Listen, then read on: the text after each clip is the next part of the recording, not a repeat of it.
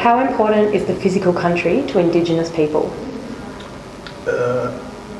It's more than important. It's about who you are essentially. And for instance, lots of people don't understand this, but Aboriginal languages are actually connected to country.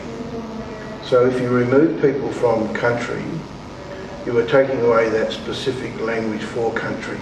People could tend to still speak language in the bigger, remote and rural towns, but that day-to-day language in talking to your country soon disappears. So it's a question of cultural genocide, and that's why I say it goes beyond the importance. It's about who you are, where you come from, and you being able to maintain your soul, your spirit as an Aboriginal person.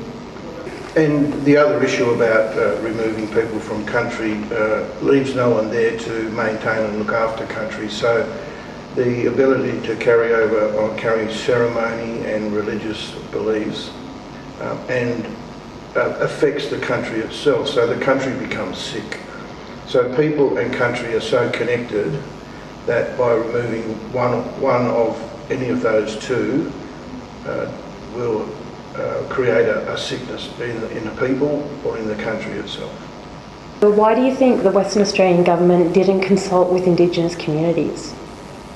Look, I think that right from the very onset that there was this terrible knowledge within government that there would be a terrible outcry. I don't think they realised that it would go international and thought that they could weather the storm, but obviously, you know, people around the world have heard what's happening, and I think in general governments don't want to consult with people on issues that are contentious. They'd rather just implement legislation or policies, and WA government is known for that, so it doesn't surprise anyone, but it's very disappointing, and in this case I think that they knew that it would be such a controversial issue that they were ducking from cover from the very beginning of thinking about closing these communities.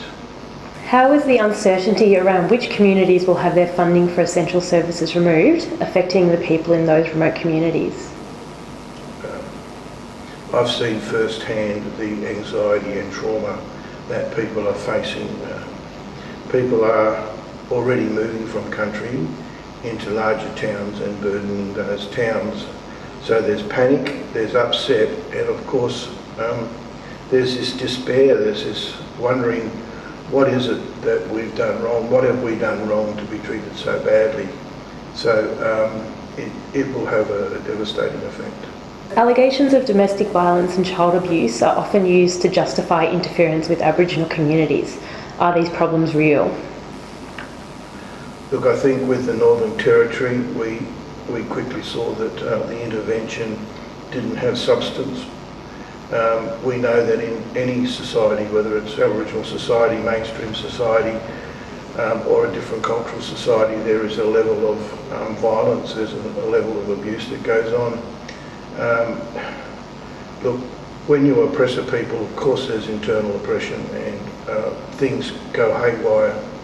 But I can tell whoever's listening to this video that we actually represented the vast majority of people who were picked up under the sexual task force that was put into the Kimberleys, and the vast majority of people that got caught up that were teenage boys having consensual sex with their teenage girlfriends, and unfortunately all of those young men now are on a permanent sex offender register and have that blight on their life. So no one denies that in a society there are these terrible things that go on, but there is just no evidence at all to say that there should be an intervention or there should be closing of communities either in the Northern Territory or in WA. What effect will closing remote communities have on the nearby towns? The nearby towns are already in trouble as far as catering for Aboriginal people. Most of the big towns where people would be relocated to have inadequate health, inadequate housing. The schools are not prepared for it. So there's no real infrastructure to support an influx of people into those towns. A lot of people who have got out to country in the homelands movement went out there for a whole number of reasons, including getting away from grog, getting away from drugs, getting back onto country and living a healthy life. That will all disappear once people are moved into those big regional centres. People who are already living in houses with 10, 15 people are going to have to put more people into those houses, and I don't think, you know, if there is this issue around economic viability that will close them down because we haven't got enough money to support them, then that argument must still stand, that there's not enough money to put those infrastructures into those towns. So it's a catch-22, but at the same time, of course, it will be Aboriginal people that will suffer.